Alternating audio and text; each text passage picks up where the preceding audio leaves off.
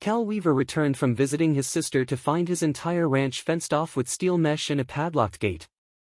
The wind kicked up a bit of red dust as he brought his truck to a stop on the side of the gravel road, just short of the gleaming silver barrier that hadn't been there 3 days ago.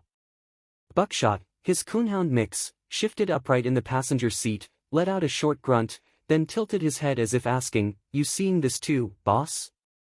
Cal didn't say anything right away. He opened the door, stepped down onto the roadside, and shut it with that firm kind of finality that comes with being both tired and ticked off. The late August heat hadn't settled in yet, but the sky was already a flat blue with no promise of clouds. He took a few steps toward the gate and let his boots scrape along the packed earth, slower than usual. The fence gleamed with fresh welds. It wasn't flimsy, this was heavy-duty steel mesh, tensioned and anchored into concrete posts that hadn't fully settled yet. He knew the smell of curing cement, and this was still sharp in the air. The padlock was thick, maybe 6 or 7 pounds of solid steel, with no sign of rust, no tag, no keyhole markings except a logo too new to weather. A laminated sign flapped lightly at eye level.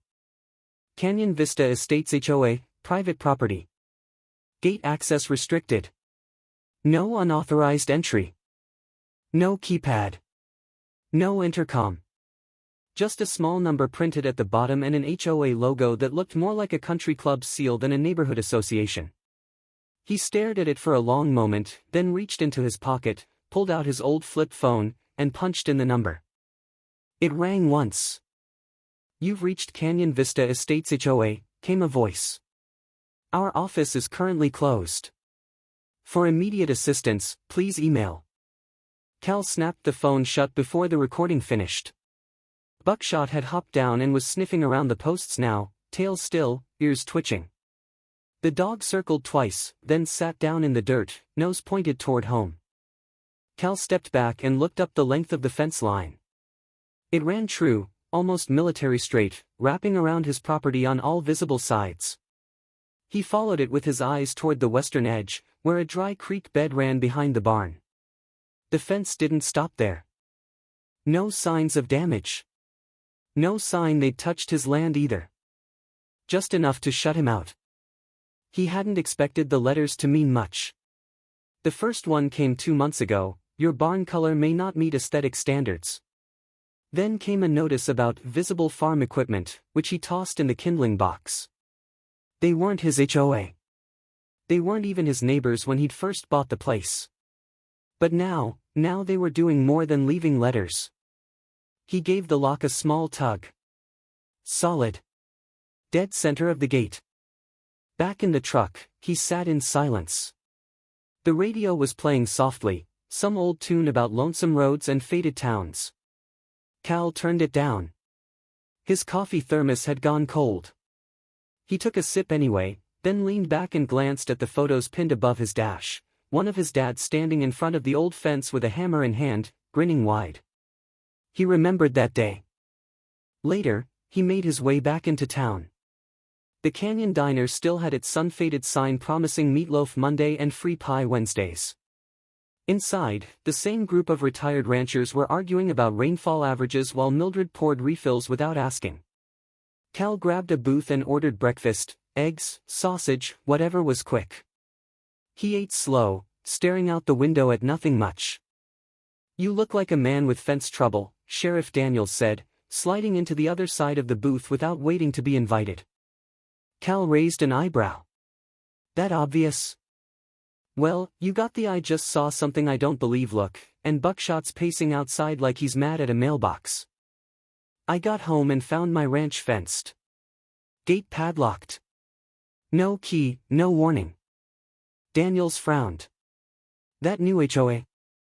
Cal nodded. "They're slick," the sheriff said. "Tried something similar with the Carters last spring. But your land's clear of them, right?" "Always has been." "Then you might have a case." "Not yet," Cal said. "They didn't touch my property. They just boxed me in from theirs." Daniels gave a long low whistle. "That's clever. Dirty, but clever." Back home, Cal spent the rest of the afternoon walking the perimeter as far as he could. He checked the fence's placement, step by careful step, measuring from old stakes he'd marked years ago. The new fence never crossed his boundary. Not once. Just wrapped around it like ribbon on a package. By sunset, he was sitting on the hood of his truck, sipping cold coffee, buckshot curled at his feet. Across the road, the homes of Canyon Vista Estates twinkled in orderly rows.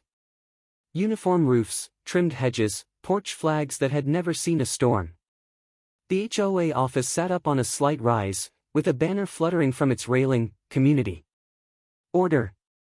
Pride. Buckshot gave a short bark as a black SUV passed by slowly, the passenger giving Cal a long look. Cal didn't move. He just lifted his thermos in a slow, deliberate nod. The next morning, he woke early, cracked 2 eggs into the skillet and flipped leftover sausage from the night before. Buckshot ate from his bowl by the stove, tail swishing. The old radio on the shelf played local ads, the diner offering free pie Wednesday again. Cal smiled to himself. Some things never changed.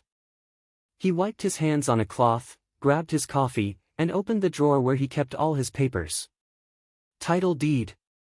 Survey map. Letters from the HOA, all lined up in their passive-aggressive fonts. He studied the original map carefully, noting every corner and point of ingress. One thing stood out. The gate didn't sit on his land. It sat on a tiny, oddly shaped wedge between the road and his fence line, no more than a few feet wide. He didn't remember ever owning that piece. He hadn't needed to. But someone else clearly had. Later that afternoon, he stood again at the gate, the breeze tugging at his shirt collar, a quiet hum in the trees behind him. Buckshot sat by his side, tongue lolling, watching the road. Cal to Buckshot, let's find out who owns that patch of dirt, and what they didn't check. At the Claridge County Courthouse, Cal digs through dusty land records with a quiet resolve. The building smelled of old wood polish and yellowed paper, the kind of place where the floorboards had their own opinions. Ceiling fans creaked above him, spinning slow, pushing warm air in slow circles. The hum of fluorescent lights mixed with the occasional clack of typewriter keys from a clerk's desk somewhere down the hall. Cal stood at the long counter beneath a faded sign reading land records, parcel data, his elbows resting on a blotchy laminate surface that hadn't changed since the Reagan administration. A stack of manila folders lay open in front of him, layered with plat maps, transfer documents, and notations in pencil that had been added by hand long after the ink dried. He traced his finger along one map, parcel number 42, his land. Then to the right, a skinny rectangle barely wide enough to stand on. Sold recently. Quietly. To Canyon Vista Estates HOA. The name printed neatly in the corner like it belonged there all along. Looks like someone drew that in with a ruler, Cal muttered. Behind the counter, Janet glanced up from her desk, glasses perched at the end of her nose. She was sharp, even if her cardigan matched the walls a little too well. You find something off, Mr. Weaver? Found a 5-foot strip that didn't used to be there, he said. Janet slid her chair over with a squeak and adjusted her glasses. Lot 42. That's your ranch, right? He nodded. She squinted at the map. Ah, that's the old access margin. Back in the 70s, I think it was excluded from the main parcel to keep the road county maintained. But nobody touched it until about, 3 weeks ago. That fits.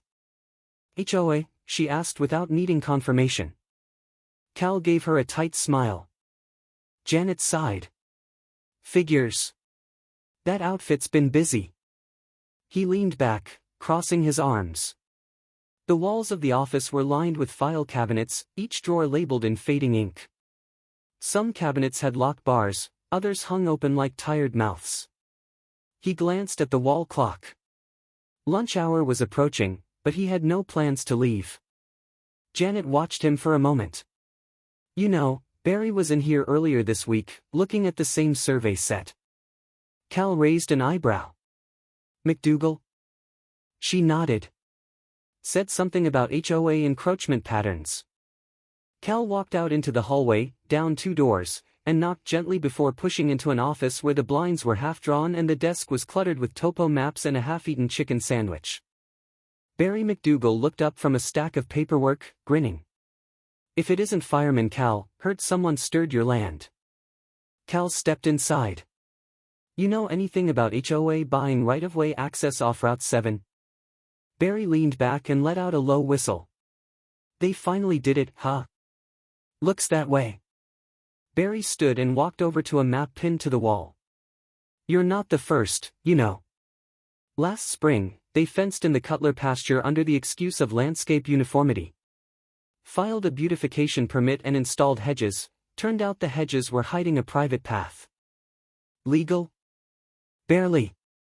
They're using loopholes no one thought to close. Cal ran a hand along his jaw. Then I need to find my own. Barry tapped a spot on the map. That gate strip? It's part of what used to be a shared boundary zone before the new road went in. If they bought that, they own the only entrance to your property. Which means I'm fenced out of my own land, without them ever touching my soil. Barry gave a slow nod. Smart. Sneaky. Probably legal. Unless, Cal said, there's another parcel behind theirs. Barry turned back to his desk. You might try checking who sold them that strip. And who still owns anything touching it. You know who could help. Darnell, Cal said before Barry could finish. He still owe me a favor from that barn fire 2 summers back. That he does. By late afternoon, Cal was seated at his sister's dining table, a fresh cup of coffee in hand. The enamel mug had a chip near the handle, one he'd put there years ago while fencing out near the South Ridge with his dad. He rubbed his thumb over the edge as he dialed Darnell. Cal Weaver, the voice on the other end said. I heard someone put a gate on your front door. You hear right. I need a lookup. Darnell whistled low. All right. Address? Strip of land fronting Lot 42, Route 7. Sold 3 weeks ago to Canyon Vista Estates HOA. I'll check the plat overlays and pull up adjacent holdings. Give me a few hours. I need to know if there's a parcel behind that strip. One they don't own. Got it. Cal hung up and leaned back in the chair. Buckshot thumped his tail beneath the table. Outside, the wind had picked up, whistling faintly through the kitchen window. The sky was bruising into twilight. A few hours later, the phone rang. I got it, Darnell said. That 5-foot gate strip belonged to Ernest Walker. He sold it last month. But, get this, he owns a second strip. Right behind it. How big? Small. Narrow. But it connects to the main road. And that one? Still in his name. He was planning to sell it off later. Cal sat very still. That strip, Darnell continued, also holds an old utility box and a shed. Might even house the master gate key. Cal didn't respond at first. Then a slow smile crept across his face. You still good at paperwork, Darnell? I'm on standby. You buying? Cal's eyes drifted to the porch where Buckshot now lay curled, ears twitching in sleep. He could see the faint outline of the gate in his mind, how neatly it sat between the 2 strips like a checkers piece on the wrong square. I'm buying. Later that night, he stepped out onto the porch with a plate of meatloaf scraps. Buckshot rose instantly, tail wagging. You earned it, Cal said, setting the dish down. The dog wagged hard and dug in. Cal leaned on the porch rail, coffee mug in hand, the enamel cool under his fingers. A soft tune played from the old radio inside, some dusty country ballad about old roads and wrong turns. He hummed along without realizing. The moon hung low over the ridgeline, casting long shadows across the fence he couldn't yet cross. But the pieces were shifting now. He wasn't fenced in anymore, not if he moved first.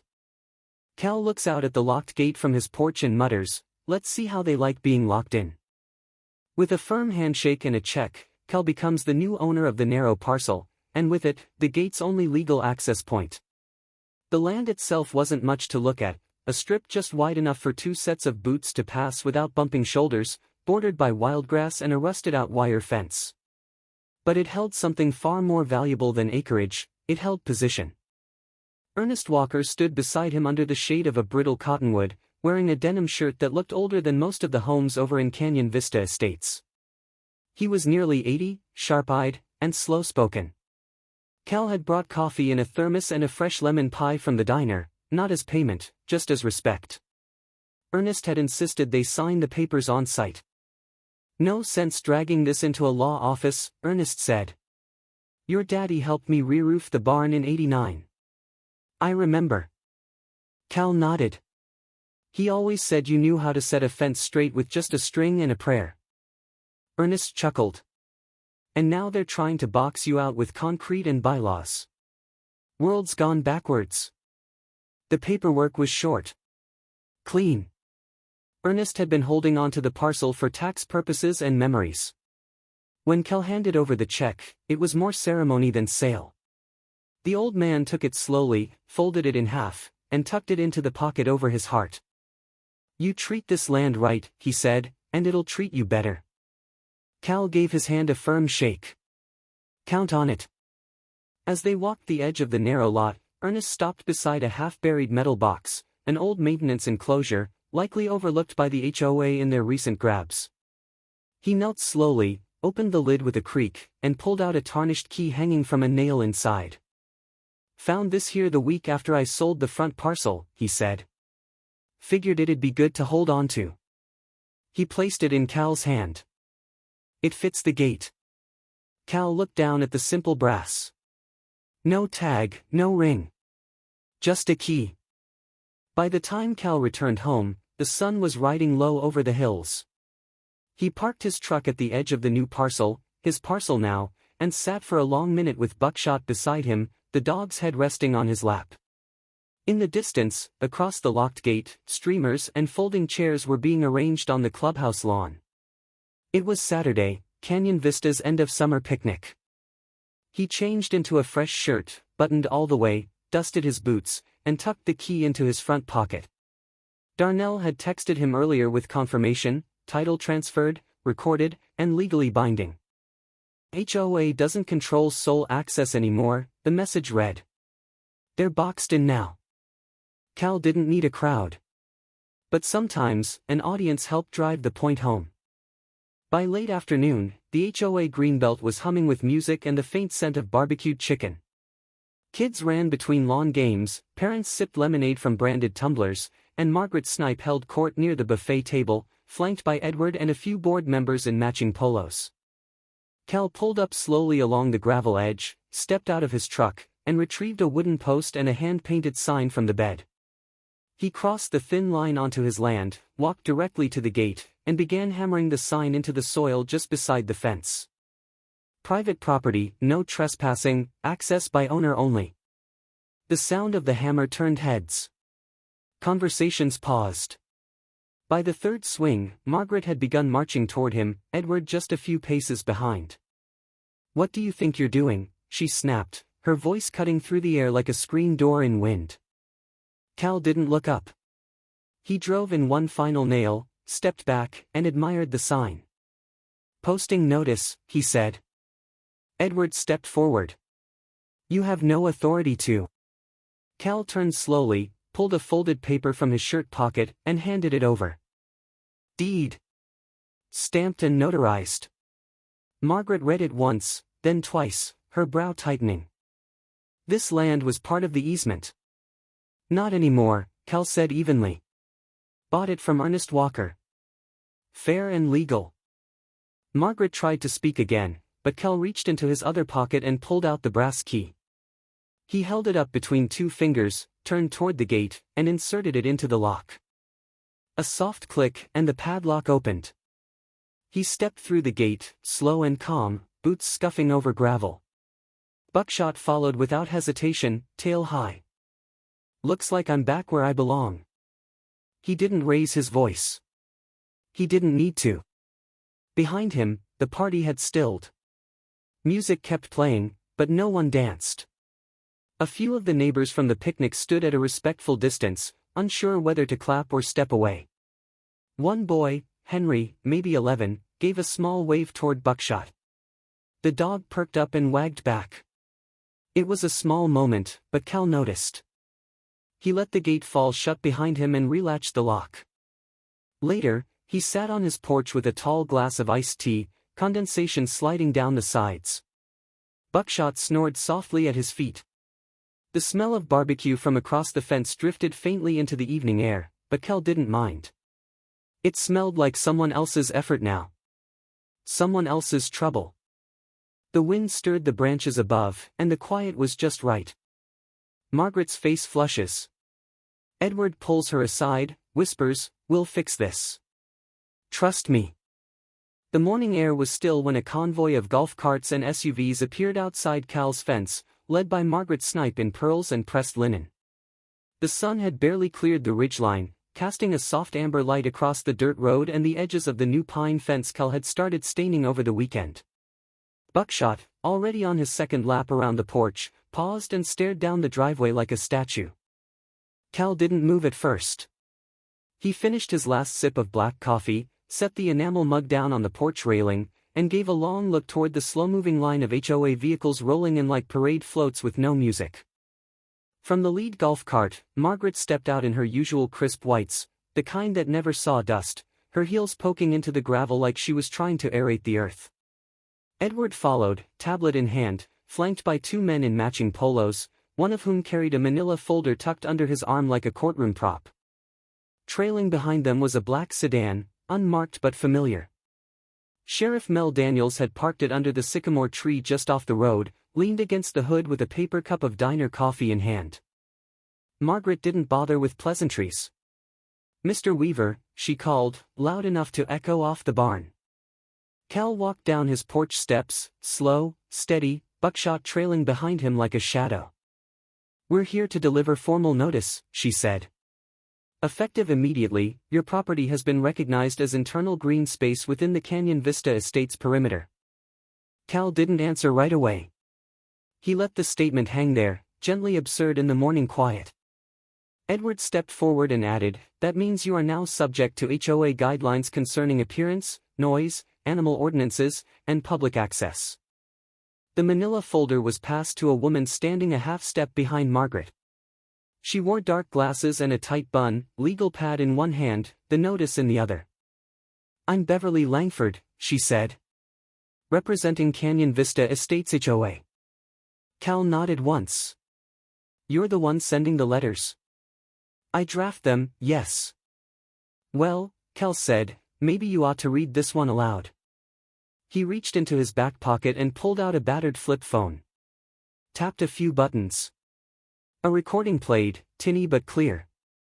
Margaret's voice from 2 months prior, "We don't care what he does. He's not our problem.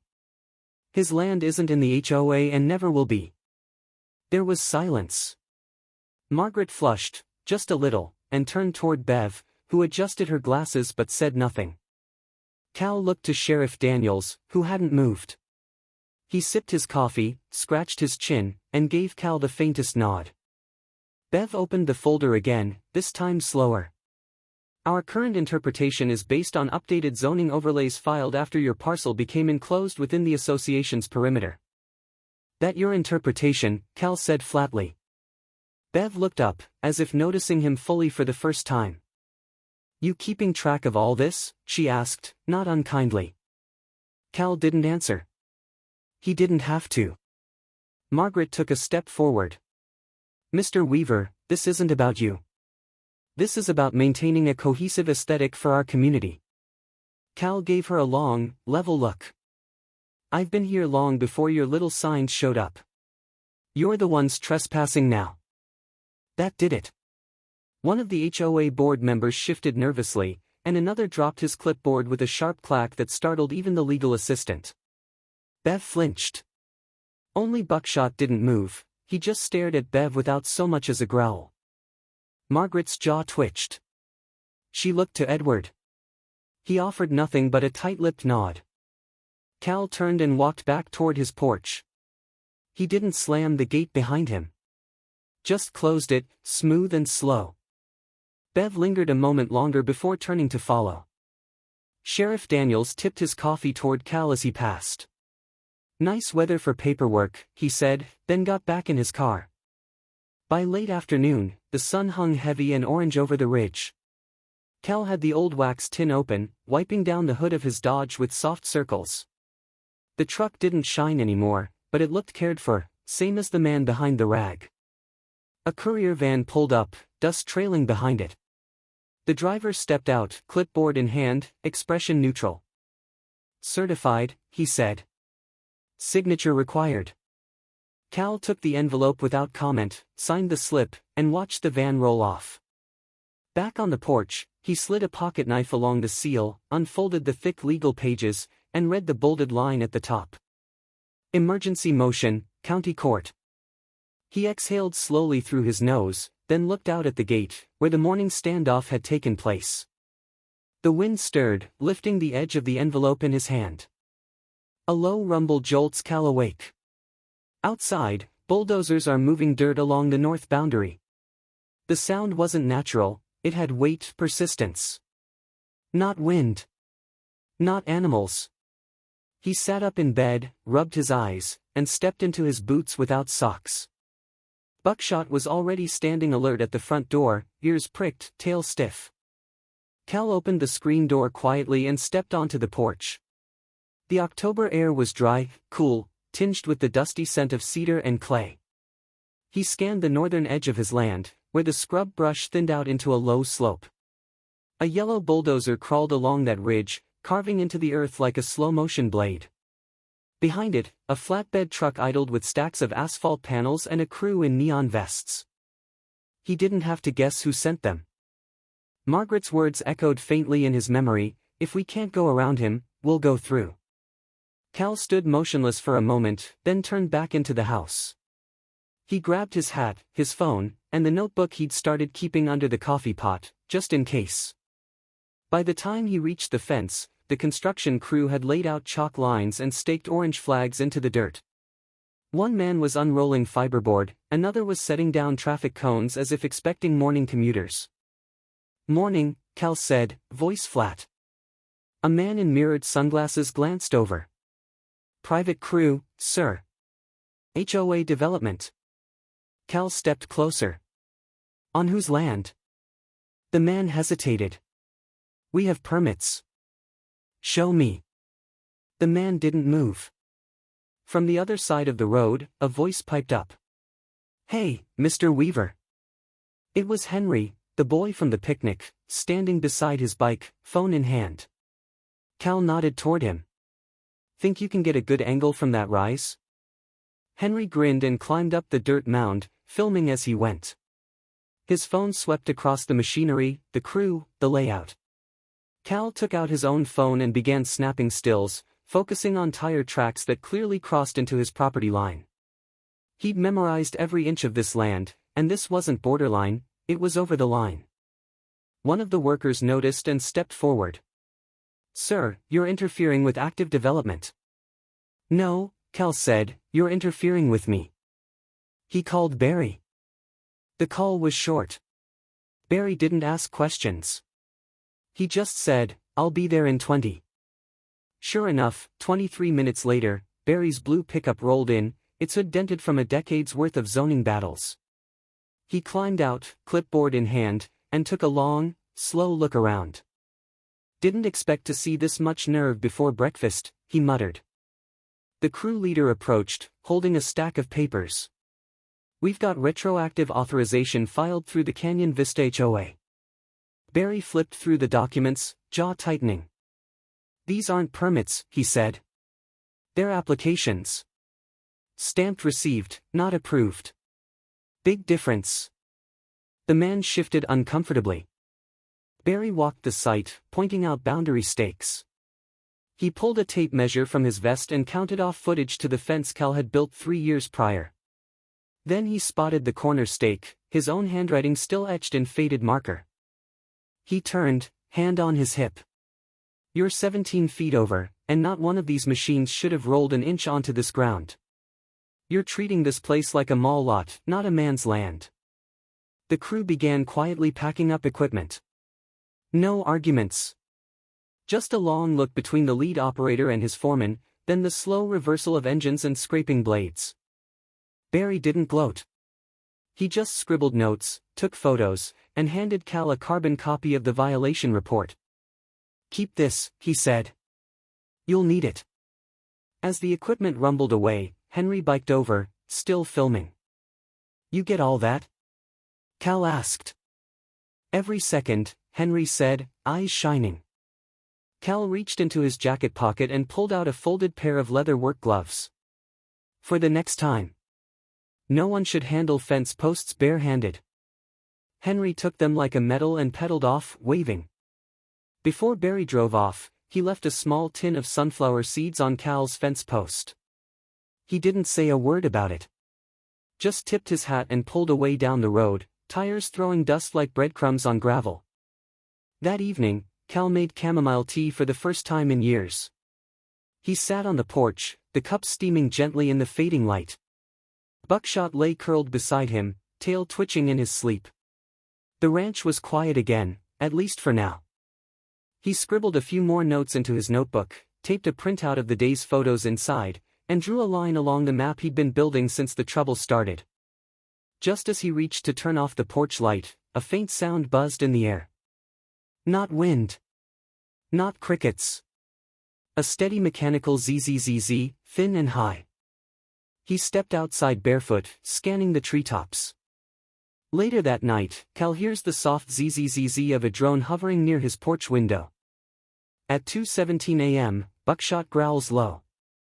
Cal, already half awake, hears something shuffle by the barn wall. The sound is wrong, too soft to be animal, too unsure to be wind. He sits up without turning on the lamp and listens. The rustle comes again, quick, like fabric brushing rough wood. Buckshot is standing now, head pointed toward the window, no barking, just that quiet, primal warning he'd only used once before, the night a mountain lion passed through. Cal eases out of bed, pulls on his boots in silence, and retrieves the old shotgun from the hall cabinet, not to fire, but to hold. His breath stays calm. He moves without urgency. Outside, the night feels tighter than usual. The crickets are still chirping, but something beneath their rhythm feels off, like a skipped beat in a hymn. The moon is low but bright enough to silver the tops of the cedar brush. He steps onto the back porch and freezes. Down near the barn, two figures in dark hoodies are moving in a crouch. One holds what looks like a jerry can, the other has a plastic spray bottle, misting something along the hay stacked near the wall. Cal narrows his eyes. Their movements are rushed, nervous. He watches them slosh liquid across the dry bedding his horses use. The glint of a red can catches the moonlight, accelerant. He backs into the house and taps a preset number on the phone. Sheriff Daniels answers on the second ring. "Mel. It's Cal. I got 2 men by the barn. Looks like arson prep." "You armed?" the sheriff asks, already moving. "Yes. Watching from cover. Not gonna escalate. Sit tight. We're coming." Cal sets the phone down and returns to the porch. He doesn't flip the motion lights, too early. Instead, he steps into the shadow of a post, raises the shotgun just slightly for comfort, and waits. The men whisper to each other, he can't hear the words, but the intent is clear. The one with the spray bottle drops it, curses, and fumbles to pick it up. The other checks the road, then pulls a lighter from his hoodie pocket. That's when Cal flips the floodlights. The yard is bathed in white. The figures freeze, outlined like animals caught under a porch light. One of them drops the can, and both bolt, disappearing into the trees with startling speed. Cal doesn't give chase. He lowers the gun, walks to the barn, and switches off the gas valve that leads to the outdoor heater. A few minutes later, red and blue lights reflect off the barn wall. Sheriff Daniels pulls in fast but controlled. 2 deputies fan out with flashlights while Daniels approaches Cal. "You okay?" the sheriff asks. "Fine," Cal replies. "Didn't get close enough to light anything." Daniels studies the puddle near the hay, then turns toward the camera above the barn door. "That thing working?" "Always," Cal says, handing over a small USB drive. Footage is already saved. You'll see faces under the hoods when they looked up. Daniels takes it, weighing the plastic lightly in his hand. Can you make sure the right people see this? Daniels doesn't smile. Doesn't nod. He just meets Cal's eyes and says, that footage might just end this whole charade. They don't talk much after that. The deputies finish their sweep, find nothing but footprints and a dropped bandana. Cal gives them everything he has. He's calm the whole time, even when one of the younger officers asks if he's going to press charges. Let's wait and see what they do next, Cal says. By morning, the sky is a soft watercolor of gray and lavender. The dew hasn't burned off yet. Cal stands at the stove in his flannel shirt, cooking bacon in the old iron skillet. Buckshot watches from his bed, tail wagging. Special breakfast, Cal says, tossing a piece into the dog's bowl. He pours himself a cup of chamomile tea instead of coffee. It's a small shift, but one that signals he's not bracing for a fight, he's preparing to finish one. The radio murmurs in the background. A local voice, warm and familiar, and in other news, the HOA dispute that's been drawing curious eyes might have hit a turning point. Some are calling it the fence nobody asked for. We'll be following the story. Cal leans against the counter, letting the steam curl toward his face. He turns off the radio, walks to the study, and opens the bottom drawer of a tall filing cabinet. He pulls out a dusty folder marked HOA, Quiet War. He lays it flat on the table, opens it, and begins sorting maps, letters, photos, USB drives. It's not vengeance. It's record-keeping. Then the phone rings. He picks up. A woman's voice, calm but direct. Mr. Weaver, do you have time to talk, on camera? The screen glowed pale blue as Gina Price looked into the camera and said, tonight, a small-town rancher takes on a powerful HOA, and wins America's heart. Cal watched from his recliner, one hand resting gently on Buckshot's head. The dog didn't move, just gave a slow blink as if he, too, was waiting for the next line. On screen, Gina stood in front of the Canyon Vista fence line, her blazer slightly ruffled by the early evening wind. What started as a local property dispute has turned into a national conversation, she continued. Our investigation uncovered documents, video footage, and personal testimonies that raise serious questions about how far a homeowners association can go, and what happens when one man decides not to move. The report rolled like thunder across the evening. Clips played back to back, shaky footage of the fence being built, aerial views of the unauthorized road paving, night vision security videos showing masked figures near Cal's barn. Barry McDougal appeared briefly, clipboard in hand, stating, "This isn't zoning, this is aggression." A quick flash showed Margaret Snipe at a board meeting, snapping at another resident. Then came the centerpiece, Henry's video. The boy had filmed Margaret yelling at an elderly neighbor who had parked slightly over the painted curb line. The image was grainy, but the words were unmistakable. "I don't care if you've lived here 50 years, we are the community now." Gina's voiceover returned. That video, posted by Henry's sister, went viral within hours. And while HOA representatives declined to be interviewed, former legal counsel Beverly Langford had a change of heart. In the next clip, Bev appeared on screen for the first time, face somber, standing beside Cal's front gate. "They forged more than permits," she said. "They forged trust." The diner in Claridge was louder than usual that night. Locals gathered around the TV mounted above the counter, forks paused halfway to mouths. Sheriff Daniels sat at the corner booth, arms crossed, watching silently. Janet from the county records office dabbed her eyes with a napkin when Cal's drone footage came on. The phone at Cal's place rang 4 times before he picked it up. "Donations just passed 20 grand, Darnell said, nearly breathless. "You want me to set up a press page?" Cal chuckled softly. "Just tell folks I'll still be at the feed store Tuesday." Later that evening, as the sun dipped behind the ridgeline, headlights cast long shadows across the gravel drive. Cal stepped onto the porch before the gate buzzer even sounded. Bev stood at the other side, coat buttoned, her hair windswept but tidy. In her hand, a flash drive. "I didn't sign up for this," she said, not waiting for pleasantries. They crossed lines I didn't think they'd cross. Cal nodded. Buckshot watched from the porch, tail still. Bev stepped closer. I grew up here, you know. My dad ran the hardware store before it shut down. Your father helped us after the tornado in '86.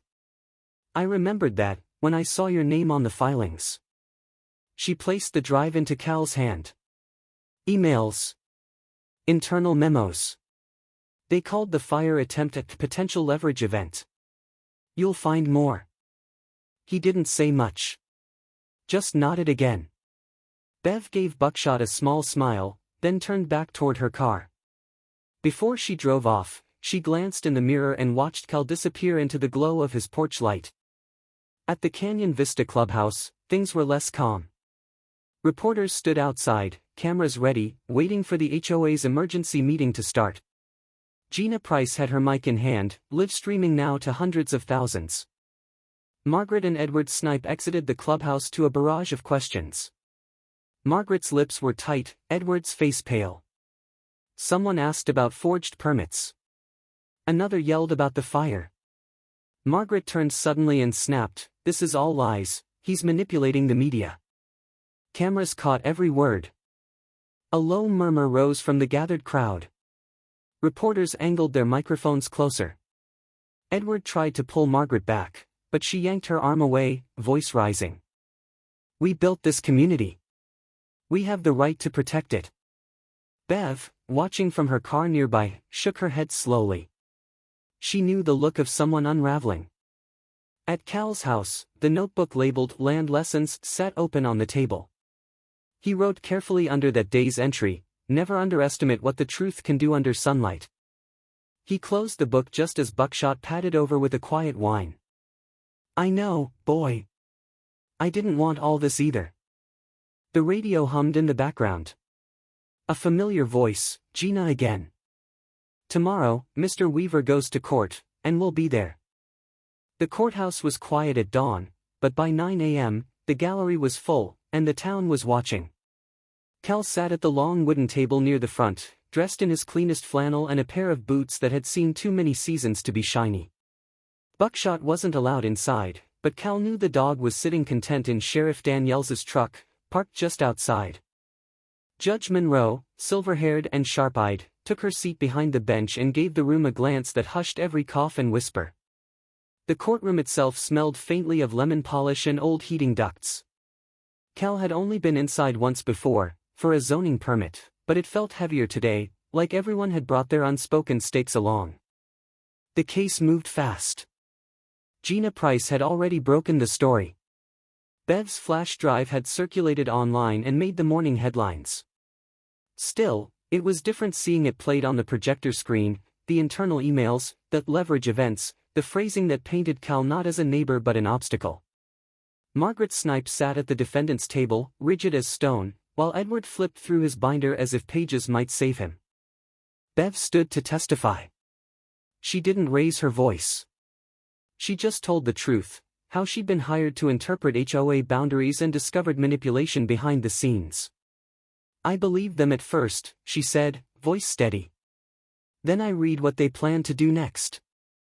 Margaret tried to object, but Judge Monroe silenced her with a raised hand. Cal didn't speak much. Just confirmed what was shown. When asked if he wanted to pursue criminal charges, he declined. "I just want the land respected," he said. "And the community to breathe." At noon, the judge delivered her ruling. The court finds in favor of Mr. Weaver. Canyon Vista Estates HOA is hereby fined $250,000 for unlawful land encroachment, zoning violations, and harassment. All claims against Mr. Weaver are dismissed with prejudice. Furthermore, the HOA's executive board is ordered removed effective immediately. The courtroom murmured. Some clapped. Judge Monroe didn't stop them. Two deputies approached Margaret and Edward. Margaret stiffened, lips pressed tight. Edward didn't resist. They were escorted out a side door, past the townsfolk and cameras, their exit quiet but far from unnoticed. Outside, Cal shook Bev's hand, held it a second longer than expected. "Thank you," he said. She smiled. Your father would have done the same. Sheriff Daniels clapped Cal on the shoulder. Wasn't sure how this would shake out, he said. But I'm glad it did. I told you, Cal replied. Truth always walks taller. That afternoon, Cal returned home. But the quiet didn't last long. Trucks pulled into the new clearing north of the barn, the narrow strip of land once claimed, now reclaimed, where picnic tables were being assembled, a smoker fired up, and the final touches added to the sign that would soon welcome everyone. Freedom Hollow. By late afternoon, the air was crisp, the breeze tugging at jackets and scattering golden leaves across the field. Children ran between the benches with paper flags and plastic horseshoes. Veterans from the county hall flipped burgers near the smoker. Janet from the records office brought peach cobbler. Even Barry McDougal arrived with a basket of roasted sunflower seeds and a wide grin.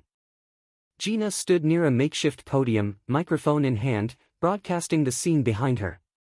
What was once a battle zone, she said into the camera, is now a place of peace. One man's stand became a town's movement. And here, beneath the cottonwoods of Claridge, something new is growing. Cal didn't make a speech. He didn't need to. Instead, he walked over to the edge of the field, where a familiar tree stood, the same one his father had planted back in '79 after the first barn was built. He sat beneath it, legs stretched out, hands resting on his knees. Buckshot flopped beside him, panting gently, a new collar around his neck. The tag read, "Fence." What fence? From this view, the land was wide and whole. Not claimed. Not restricted. Just his. And, now, shared. Henry wandered over, dusty from running the hay maze, cheeks red with excitement. He plopped down beside Cal and pulled a juice box from his hoodie pocket. You think they'll ever try again? He asked. Cal grinned, maybe. But this time, they'll have to ask for a ticket at the gate. The dust had settled, and what remained wasn't just a ranch reclaimed, but a town reminded of its voice. In standing firm with quiet dignity, Cal showed that when power forgets its place, truth and persistence can still hold the line. Rules were never meant to fence people out, but to bring communities together, and when twisted, they fall to those who remember why they were written. Maybe we all carry a bit of that fence in our lives, until someone gently reminds us the gate swings both ways. Like the last light on a porch at dusk, one act of courage can still warm an entire neighborhood.